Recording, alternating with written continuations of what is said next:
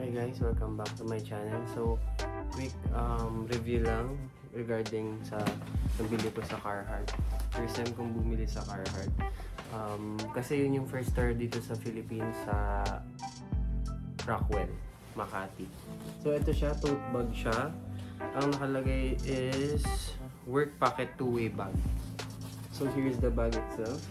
Sobrang ganda ng quality. May mas malaking version na to, pero mas pinili ko yung middle lang.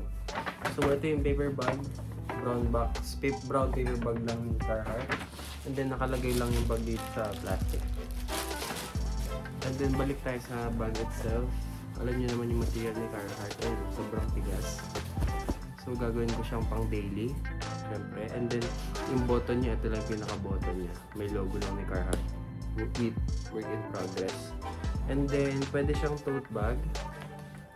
Like that. And then, pwede rin sling bag. Pag gusto mo naman mahaba, yan. Lalagyan mo lang dito.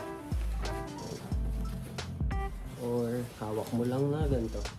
Pasok mo lang yung loob. Sobrang simple niya lang. May pocket dito sa outside, sa may logo.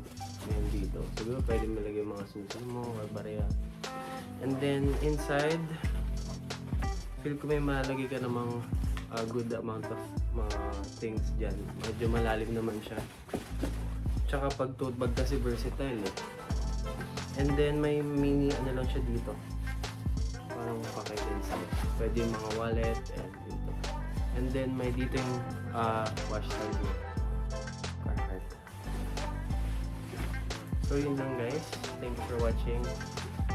Quick video lang talaga siya about this bag.